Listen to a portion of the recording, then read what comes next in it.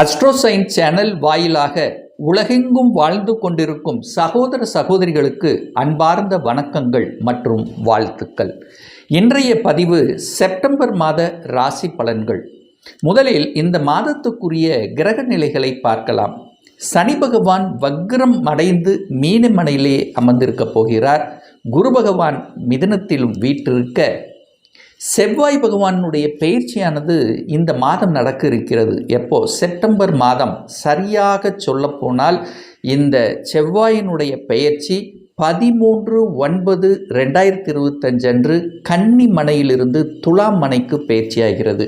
அதே போல சுக்கிர பகவானும் கடகத்திலிருந்து சிம்மத்துக்கு பயிற்சியாகிறார் 15/9/2025. அதே போல் புதன் பகவான் சிம்மத்தில் இருக்கார் அல்லவா, தனது அந்தி நட்பு வீட்டில் அந்த புதன் பகவானும் பெயர்ச்சி அடைந்து கன்னி மனைக்கு உச்ச வீட்டில் போய் அமரப்போகிறார் 15/9/2025.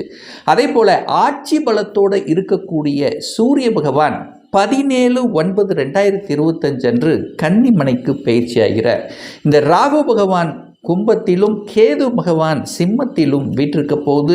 ஸோ இந்த செப்டம்பர் மாதத்தின் தொடக்கத்திலேயே சந்திர பகவான் மனோகாரகனான சந்திரன் தனுசு மனையில் இருக்குது. ஸோ இதுதான் இந்த மாதத்தினுடைய கிரகமைப்பு. இந்த கிரக அமைப்புகளை வைத்துக்கொண்டு இந்த செப்டம்பர் மாதம் என்ன நடக்க போகுது, என்ன மாதிரியான நல்ல விஷயங்கள் உங்களுக்கு கொடுக்க காத்து கொண்டிருக்கிறது என்பதை பற்றியும், இந்த மாதம் எந்த தெய்வ வழிபாடு வழிபட்டால் நமக்கு சிறப்பு என்பதை பற்றி இந்த பதிவில் நம்ம டீட்டெயிலாக பார்க்க போகிறோம். அதற்கு முன்னால் நம்முடைய சேனலை நீங்கள் ஃபர்ஸ்ட் டைம் பார்ப்பவர்கள் என்றால் மறக்காம சப்ஸ்கிரைப் பண்ணிக்கிங்க.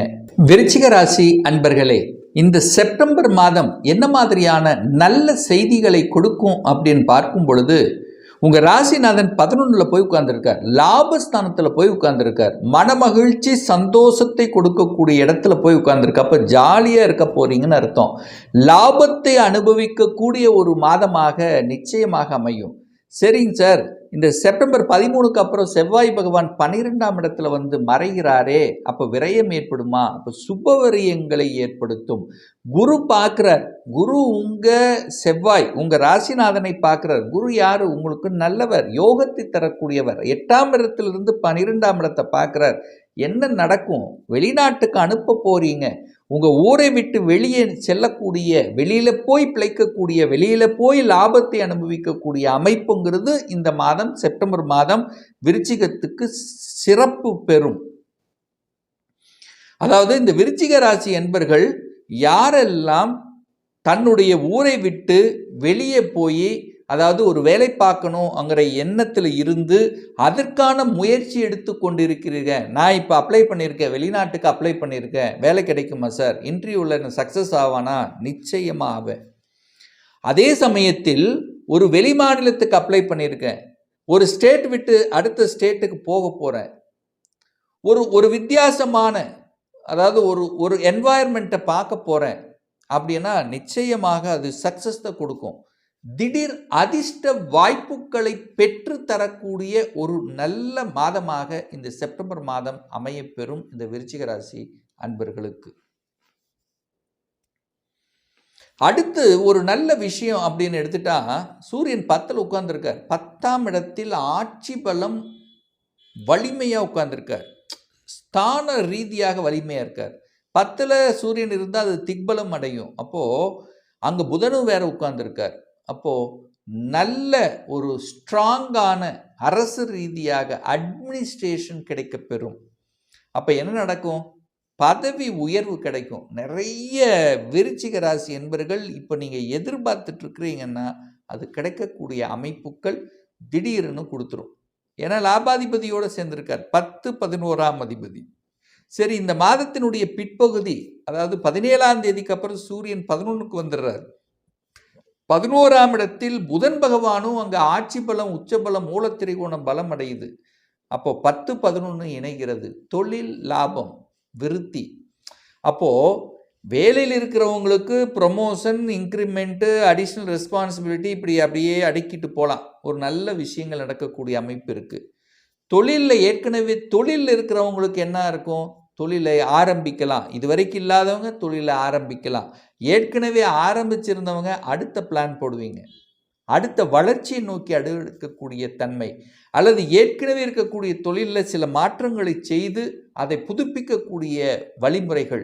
ஸோ இப்படி எல்லாமே நல்ல நல்ல விஷயங்களை செய்யக்கூடிய ஒரு நல்ல மாதம் தான் இந்த செப்டம்பர் மாதம் அப்படின்னு நான் ஸ்ட்ராங்காக சொல்லலாம். சார், பொருளாதாரத்தில் ஏதாவது ஒரு பிரச்சனை ஏற்படுத்துமா? என்னுடைய பொருளாதாரம் இந்த செப்டம்பர் மாதம் எப்படி இருக்கும்? 2ஆம் அதிபதியை நீங்கள் பார்க்கணும், குருவை பார்க்கணும். 2ஆம் அதிபதி எப்படி இருக்கார்? 8ஆம் இடத்துல போய் உட்கார்ந்துருக்கார். வலிங்கிற இடத்துல உட்கார்ந்துருக்கு. திடீர் அதிர்ஷ்டங்கிற இடத்துல உட்கார்ந்துருக்கு. அப்போ அந்த குரு 2ஆம் இடத்தை பார்க்குறாரா இல்லையா? தன் வீட்டை தானே பார்த்து வலுப்படுத்தக்கூடிய அமைப்பு. அப்போ திடீர் வாய்ப்புகள் பெற்றுத்தரும், பண வரவு வரும், கொடுத்த பணம் ரிட்டர்ன் வருவதற்கான வாய்ப்புகள், ஷேர் மார்க்கெட்லேருந்து பணம் வருது, லாட்டரியிலிருந்து பணம் வருது. ஸோ எப்படியோ யூகத்தின் அடிப்படையில் இருந்து சில தன வருவாய்களை பெற்றுத்தரக்கூடிய ஒரு நல்ல மாதமாக இந்த விருச்சிகத்துக்கு நிச்சயமாக அமையும். இந்த சண்டையிட்டு கொண்டு இருக்கக்கூடிய குடும்ப உறுப்பினர்கள், ஏன் தான் நம்ம சண்டை போடுறோமே, ஏன் நம்ம குடும்பம் தானே, நம்ம நல்லா இருந்தால் தான் மற்றவங்க நம்முடைய குழந்தைகள் நன்றாக இருக்க முடியும், நம்ம விட்டு கொடுத்து போகலாம் அப்படிங்கிற அந்த மனப்பான்மை என்கிறது நிச்சயம் இந்த செப்டம்பர் மாதம் உண்டு. சண்டையிட்டு கொண்டே இருக்கக்கூடியவர்கள் அதெல்லாமே கொஞ்சம் புரிஞ்சுக்கக்கூடிய தன்மைங்கிறது இந்த மாதம் நிச்சயமாக உண்டுன்னு சொல்கிறேன். அப்போ குடும்பத்தை ஸ்ட்ராங் ஆக்கக்கூடிய சில வேலை தன்மைகள் இந்த மாதம் நிச்சயமாக ஏற்படுத்தும். அதில் எந்தவித மாற்று கருத்தும் கிடையாது. ஏன்னா செவ்வாய் 11ஆம் இடத்தில் இருக்கார். தனது 4ஆம் பார்வையாக 2ஆம் இடத்தை பார்க்குது. அப்போது நீங்கள் குடும்பத்தில் இருக்கக்கூடிய சில விஷயங்கள் அதை மாற்றி அமைக்கக்கூடியது, சில விஷயங்களால் ஏற்படக்கூடிய இடைஞ்சல்களை சரி செய்யக்கூடிய அமைப்புகள், இது எல்லாமே இந்த மாதம் ஏற்படுத்தும் இந்த விருச்சிக ராசி அன்பர்களுக்கு. அடுத்த ஒரு குட் நியூஸ் அப்படின்னா, இடம் சார்ந்த விஷயங்கள், நிலம் சார்ந்த விஷயங்கள், வாகனம் சம்பந்தப்பட்ட விஷயங்கள் நல்லது நடக்கும். ஏன்னா 4ஆம் இடத்தை குரு பார்க்குறார். தனாதிபதி, தனஸ்தானத்தின் அதிபதி 4ஆம் இடத்தை பார்க்குது. இது ஒரு நல்ல அமைப்பு. சுக்கிரன் பாருங்க, இந்த மாதம் 15க்கு அப்புறம் 4ஆம் இடத்தை பார்க்குது.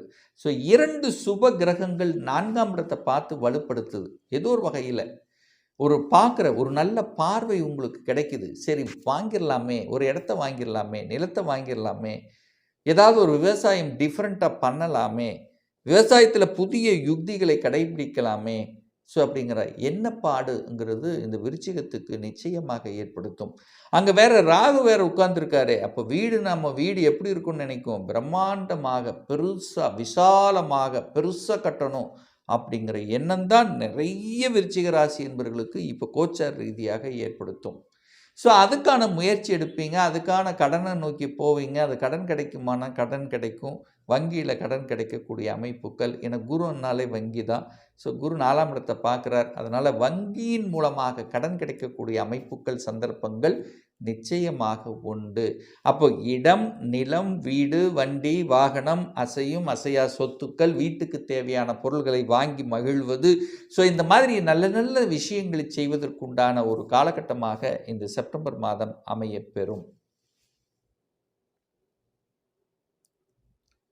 அடுத்து குழந்தைகள் சார்ந்த விஷயங்கள் எப்படி இருக்கும் சார்? 5க்குரியவன் போய் 8ல் போய் மறைஞ்சுக்கிட்டாரே, அப்போ ஏதாவது ஒரு பிரச்சனை ஆகி விடுமா? 5க்குரியவன் 8ல், அப்போ குழந்தை 8ல் போய் மறையுதே, அப்போ தன் பேச்சு கேட்காம போயிடுமா? ஸோ இந்த மாதிரி சின்ன சின்ன ஐயப்பாடு இருந்தாலும் நீங்கள் அது பயப்பட வேண்டியதில்லை. குழந்தைகள் ஒரு ஆசைப்பட்டு ஒரு படிக்கணும் அப்படின்னு ஆசைப்பட்டால் அதுக்கு நீங்கள் செயல்படுத்துங்க. ஏன்னா 8க்குரியவனான புதன் ஆட்சி பலத்தோட வலிமையாக தான் இருக்க போகிறார். வீடு கொடுத்த புதன் வலிமை பெறப்போகுது. அதனால் 5ஆம் இடத்துல பெரிய பாதிப்பு அப்படிங்கிறது இல்லை. குழந்தைகள் நலன் நன்றாகத்தான் இருக்கும். சின்ன சின்ன உடல்நல தொந்தரவுகள், காய்ச்சல் அப்படி இப்படின்னு ஏதாவது வந்தால் கூட அது பெருசாக நீங்கள் அழட்டிக்க வேண்டிய அவசியம் என்பது நிச்சயமாக இல்லை இந்த விருச்சிக ராசி அன்பர்களுக்கு. கடன் விஷயம் மட்டும்தான் ஜாக்கிரதையாக இருக்கணும் விருச்சிகத்துக்கு. ஏன்னா 6ஆம் அதிபதி 6ஆம் இடத்தையே பார்க்கிறார். தன் வீட்டை தானே பார்க்குது. அப்போ என்ன, கடனை கொடுக்கும். அப்போ கடன் தன்னுடைய கெப்பாசிட்டிக்கு மேலே போகாமல் பார்த்துக்குங்க. இது நம்பர் 1. ஹெல்த்தில் சின்ன சின்ன தொந்தரவுகள் வந்தாலும் அது சரியாகக்கூடிய அமைப்பு தான் உண்டு. எதிர்ப்புகள் இருக்கும். எந்த தொழிலாக இருந்தாலும் எதாக இருந்தாலும் ஏதோ ஒரு இடத்துல எதிர்ப்பு இருக்கும். பட் அதை கரெக்டான முறையில் சமாளிக்கக்கூடிய அந்த ஆற்றல், அந்த திறமை இந்த மாதம் விருச்சிகத்துக்கு நிச்சயமாக உண்டு. மனைவி சார்ந்த விஷயங்கள், கூட்டாளிகள் சார்ந்த விஷயங்கள் எப்படி இருக்கும் அப்படின்னு பார்க்கும் பொழுது, ஸோ அந்த 7க்குரியவனான அந்த சுக்கிரன் இப்போ 9ஆம் இடமான பாக்கியஸ்தானத்தில் இருக்கிறது நல்லது. அப்போது இந்த விருச்சிக ராசி அன்பர்கள் மனைவியை நன்றாக பார்த்து கொண்டாலே உங்களுக்கு அந்த சமூகத்தில் ஒரு நல்ல அங்கீகாரம் கிடைக்கும். அதில் எந்த மாற்று கருத்தும் இல்லை. ஸோ மனைவியை நன்றாக பார்த்து கொண்டாலே உங்களுடைய வளர்ச்சி கூடுதலாக்கும் அப்படிங்கிறதும் ஒரு அமைப்பு தான். ஸோ மனைவி நன்றாக பார்த்தால் உங்கள் மனசு, உங்கள் எண்ணங்கள், சிந்தனைகள் சிறப்பு பெறும்.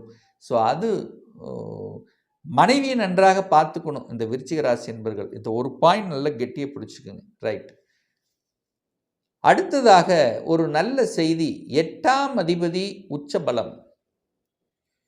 வலியை கொடுக்கக்கூடியவன் ஸ்ட்ராங் ஆகிறான். 8 என்பது திடீர் அதிர்ஷ்டம். அதிர்ஷ்டத்தை கொடுக்கக்கூடியவன் உச்சபலமாகிறான். அப்போ திடீர் அதிர்ஷ்டங்கள், திடீர் யோகங்கள்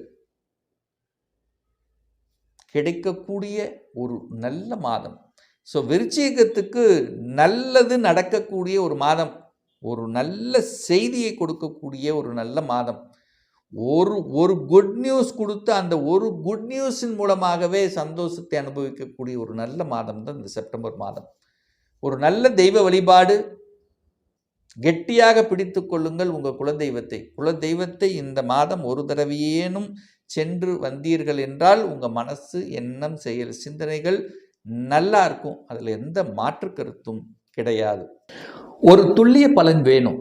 நம்முடைய ஜாதகத்தில் கிரகங்கள் எப்படி இருக்கு, என்ன ஆதிபத்தியம் பெற்றிருக்கு, எந்த டிகிரியில் அமர்ந்திருக்கு, இப்போ நடப்பு தசாநாதன், புத்திநாதன், அந்தரநாதன், சூட்சமநாதன் எப்படி இருக்கு என்பதை பொறுத்து நீங்கள் கேட்கக்கூடிய எந்த கேள்வியாக இருந்தாலும் சரி, இந்த வருடம் 2025 சொந்த தொழில் செய்வதற்கான கொடுப்பினை இருக்கா, அப்படி இருக்கக்கூடிய பட்சத்தில் எப்போ நம்ம சொந்த தொழில் செய்யலாம், அப்போ விதியில் சொந்த தொழில் இருக்கா, இல்லை வேலை செய்யக்கூடிய அமைப்பு இருக்கா, திருமணம் தடைப்பட்டு கொண்டே இருக்கு, எப்போதான் நமக்கு திருமணம் நடக்கும், லேட்டாக நடக்குமா இல்லை குயிக்காக நடக்குமா.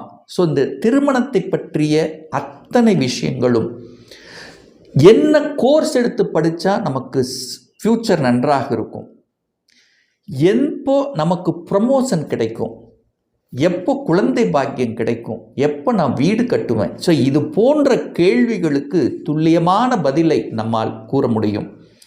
ஒரு பர்சனல் கன்சல்டேஷன் எடுத்துக்கணும், ஒரு சுய ஜாதகம் பார்க்கணும் என்று விருப்பமுடைய அன்பர்கள் டிஸ்பிளே தெரியக்கூடிய நம்பருக்கு வாட்ஸ்அப் மூலமாகவோ ஃபோன் கால் மூலமாகவோ தொடர்பு கொண்டு நேரடியாகவோ அல்லது ஆன்லைன் மூலமாகவோ கன்சல்டேஷன் எடுத்துக்கலாம். நம்முடைய அலுவலகம் கோயம்புத்தூரில் அமைந்துள்ளது. அதாவது கோயம்புத்தூரிலிருந்து மேட்டுப்பாளையம் செல்லும் வழியில் வெள்ளக்கிணர் பிரிவு அருகில் அன்னபூர்ணா ஹோட்டலுக்கு அருகில் அமைந்துள்ளது. பிரியர் அப்பாயின்மெண்ட் வாங்கிட்டு நேரடியாக கன்சல்டேஷன் எடுத்துக்கலாம். நிச்சயமாக இந்த பதிவு ஏதாவது ஒரு ரூபத்தில் உங்களுக்கு யூஸ்ஃபுல்லாக இருக்குங்கிறதுல எந்தவித மாற்று கருத்தும் கிடையாது. மீண்டும் ஒரு நல்ல பதிவில் சந்திக்கும் வரை உங்களிடமிருந்து விடைபெறுவது உங்கள் அஸ்ட்ராலஜர் டாக்டர் சதீஷ்.